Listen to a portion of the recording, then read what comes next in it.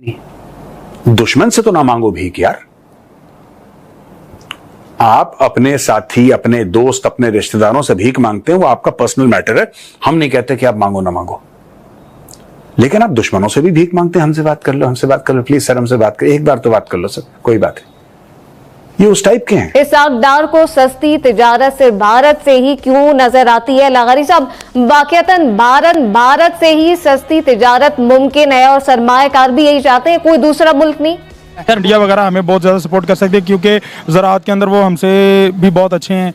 वो एक तो पैदावार बहुत अच्छी ले रहे हैं और दूसरा वो कि सस्ती भी हैं चीज़ें।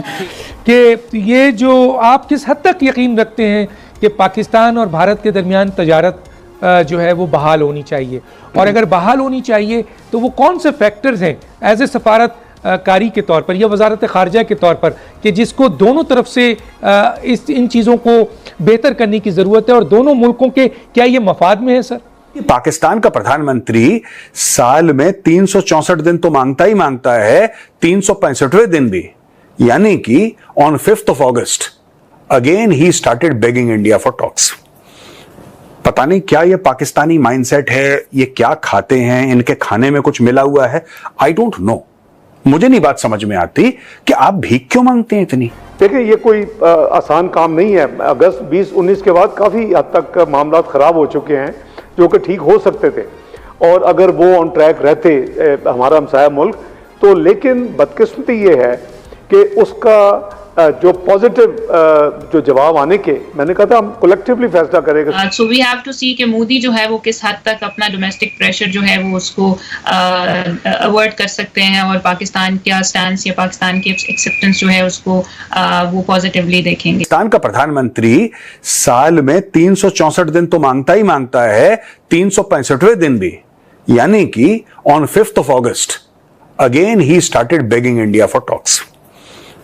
पता नहीं क्या ये पाकिस्तानी माइंडसेट है, ये क्या खाते हैं, इनके खाने में कुछ मिला हुआ है, आई डोंट नो। मुझे नहीं बात समझ में आती कि आप भीख क्यों मांगते हैं इतनी। दुश्मन से तो ना मांगो भीख यार। आप अपने साथी, अपने दोस्त, अपने रिश्तेदारों से भीख मांगते हैं, वो आपका पर्सनल मैटर है। हम नहीं कहते कि आप मांगो ना मांगो, लेकिन आप दुश्मनों से भी भीख मांगते हैं। हमसे बात कर लो, हमसे बात कर लो, प्लीज सर हमसे बात करो, एक बार तो बात कर लो सर, कोई बात नहीं। ये उस टाइप के हैं। कि ये जो आप किस हद तक यकीन रखते हैं कि पाकिस्तान और भारत के दरमियान तजारत जो है वो बहाल होनी चाहिए, और अगर बहाल होनी चाहिए तो वो कौन से फैक्टर्स हैं एज ए सफारत कारी के तौर पर या वजारत खारजा के तौर पर कि जिसको दोनों तरफ से इन चीज़ों को बेहतर करने की ज़रूरत है और दोनों मुल्कों के क्या ये मफाद में है? सर, देखिए डॉक्टर साहब, ये सवाल मुझे 2 महीने पहले लंदन में करीबन किया गया था, ग्लोबल मीडिया मौजूद था, और मैंने उनको बड़ी ऑनेस्टी के साथ ये बताया था कि हमारे जो बिजनेस हाउसेस हैं, जो हमारे चेंबर्स हैं, उनमें से कई लोग, मैं सबको नहीं कह रहा, वो ये टाइम एंड अगेन, मैं प्रेसिडेंट लाहौर चेंबर भी रहा हूँ आज से अल्हम्दुलिल्लाह 32 साल पहले, मुझे पता है कि business community how they think, तो वो बार बार ये कहते हैं कि चीज़ें तो वहाँ से आती हैं, लेकिन आती हैं वाया दुबई, आती हैं वाया सिंगापुर, आती हैं वाया चाइना, और उसमें फ्रेट और ट्रांसशिपमेंट्स इन्वॉल्व होती है, और वो महंगी चीज़ें पड़ती हैं पाकिस्तान में आके। अल्टीमेट तो कंज्यूमर को चीज़ें वो मिलती है और वो पे करता है, और जाहिर है कि बिजनेसमैन जो एक्स्ट्रा फ्रेट दे रहे हो अपनी जेब से तो नहीं दे रहा। तो इस हवाले से मैंने बड़ी ऑनेस्ट एक कैंडिड स्टेटमेंट दी थी ईमानदारी के साथ कि देखें, मैं पाकिस्तान में जब जाऊँगा तो हम अपने जो बिज़नेस जो हाउसेज हैं, जो हमारे चेम्बर्स हैं, जो हमारे ट्रेड हाउसेज हैं, इनसे हम बात करेंगे, हम सेंस लेंगे, और उसके बाद फिर जो पाकिस्तान के स्टेक होल्डर्स हैं, देखिए ये कोई आसान काम नहीं है। अगस्त 2019 के बाद काफ़ी हद तक मामला ख़राब हो चुके हैं जो कि ठीक हो सकते थे, और अगर वो ऑन ट्रैक रहते हमारा हमसाया मुल्क तो, लेकिन बदकिस्मती ये है कि उसका जो पॉजिटिव जो जवाब आने के, मैंने कहा था हम कलेक्टिवली फैसला करेंगे तमाम स्टेक होल्डर्स, और फॉरेन मिनिस्ट्री या फॉरेन मिनिस्टर अकेला फैसला करने वाला कोई नहीं है, और फिर काबीना होगी, स्टेक होल्डर्स होंगे। तो बदकिस्मती से जो वहाँ इलेक्शन रेटोरिक है इस वक्त हमसाया मुल्क में, वो बड़ा मैं समझता हूँ कि अनफॉर्चुनेट है, वो कंटेम्पचुअस है, वो तौहीन अमेज़ है।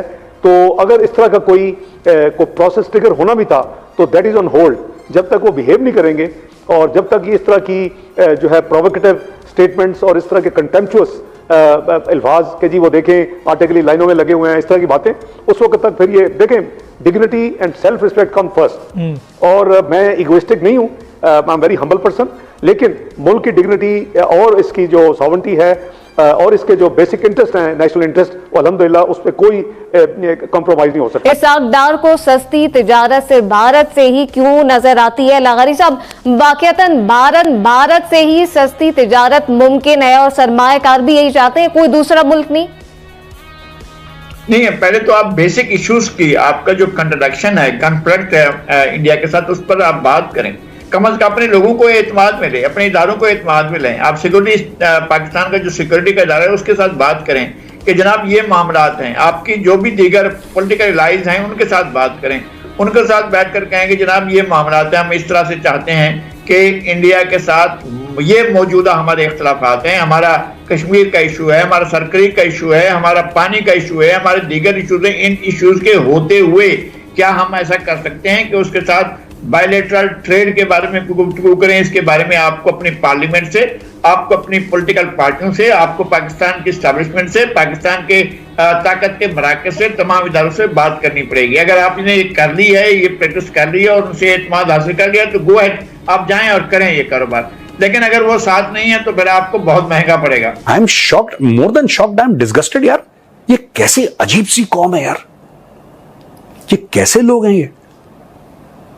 ये हैं कैसे लोग जो रोज बकवास करते हैं लेकिन एक उंगली उठाने को राजी नहीं है?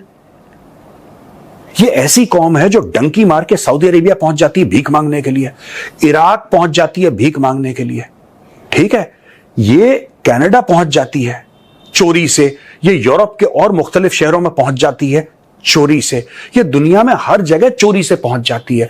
ये इतने बड़े चोर हैं, इतने बड़े खुदगर्ज हैं, इतने बड़े फ्रॉडिया हैं कि जो इनके मुसलमान भाई हैं, जो शेख हैं, आज शेख माफी मांग रहे हैं हाथ जोड़ के यार। आई थिंक यूएई का कौंसल जनरल था वो कराची में, उस भाई ने हाथ जोड़ लिया, उसने बोला यार तुम पागल वागल हो क्या, तुम वहां पे आते हो हमारे देशों में, वहां पे आके तुम प्रोपेगेंडा करते हो। इनको मैं बता रहा हूं इनको क्या प्रॉब्लम हो गई शेखों से। अच्छा, जिनसे भीख मांगते हैं, जिनसे भीख मांगते हैं उन्हीं को गाली देते